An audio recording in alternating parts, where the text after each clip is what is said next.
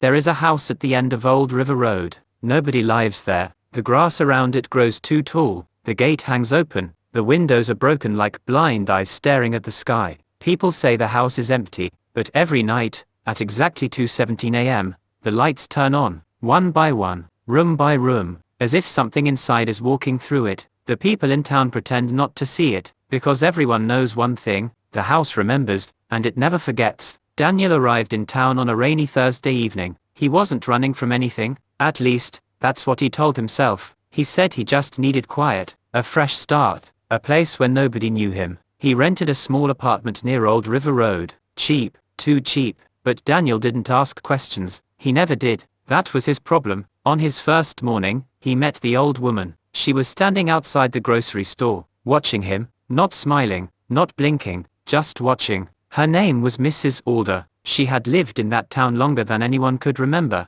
When Daniel walked past her, she grabbed his wrist. Her hand was cold, too cold. "You shouldn't be here," she said softly. Daniel forced a polite smile. "I just moved in." Her eyes shifted toward the end of the road, toward the house. "It remembers people," she whispered. Daniel laughed lightly. "It's just an old building." She did not laugh. "You've said that before." Daniel frowned. "I've never been here." But she had already let go, already turned away, already shaking her head. That night, Daniel couldn't sleep. The rain had stopped. The town was silent, too silent. Then he saw it, from his bedroom window, a glow, faint, at the end of Old River Road. The house, a light turned on in the upstairs window, then another, room by room, like footsteps made of light. Daniel felt something strange in his chest, not fear, not curiosity, something familiar, like remembering a dream you don't want to remember. He grabbed his jacket. He told himself he was just going to look, just to prove there was nothing there. The closer he got to the house, the heavier the air felt.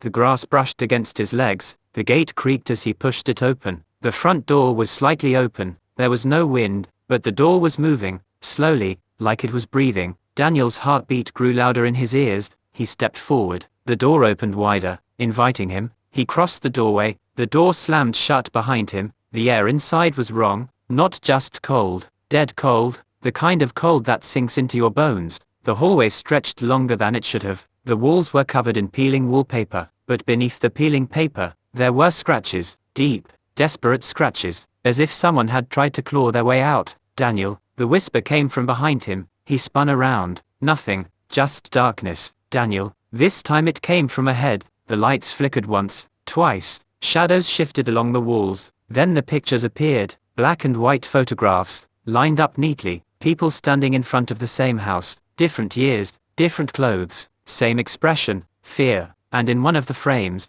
Daniel stopped breathing. It was him, standing in front of the house, wearing different clothes, younger, terrified. "That's not possible," he whispered. His head began to ache. Fragments of memory flickered behind his eyes. A door, a scream, red paint. At the end of the hallway, a red door stood waiting. It hadn't been there before. The rest of the house was rotting, but this door was perfect, fresh, bright, wet-looking paint. He stepped toward it slowly. The handle was warm, like someone had just touched it, or like someone was touching it from the other side. He turned it. Inside the room was darkness. Then a single light flickered on above, and Daniel saw himself, standing in the center of the room. Same face, same body, same clothes, but the smile was wrong, too wide, too still. "You came back," the other Daniel said softly. Daniel staggered backward. "What are you?" The copy tilted its head. "I'm what the house kept." The walls began to shift. The floor vibrated beneath his feet. "You don't remember," the copy continued. "You were here before."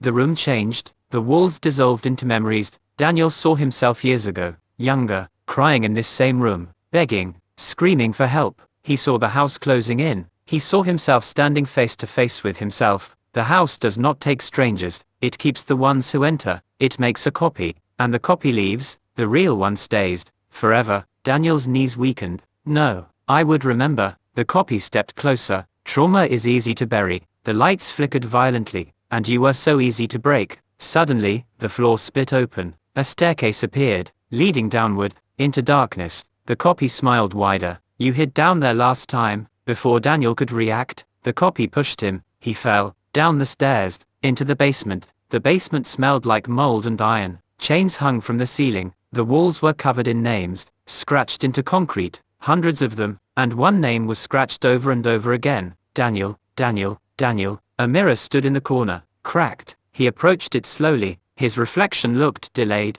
moving a second too late. Then the reflection smiled, but Daniel did not. The mirror cracked completely, and hands reached out from inside it, grabbing him, pulling him backward. He screamed. The copy's voice echoed from above. You always try to run. Darkness swallowed him. The next morning, Old River Road was quiet again, peaceful, still. Mrs. Alder stood outside her house, watching. The front door of the old house opened. Daniel stepped out. He looked calm, normal. He adjusted his jacket, walked past her, smiled politely, but the smile was too wide, too empty. Mrs. Alder closed her eyes. You shouldn't have come back, she whispered. Daniel turned slightly. I never left. That night, at exactly 2:17 a.m., a new light turned on in the house, in the basement, and if you walk past Old River Road, if you look carefully at the upstairs window, you might see someone standing there, smiling, waiting, and if you listen closely, you might hear a whisper, calling your name.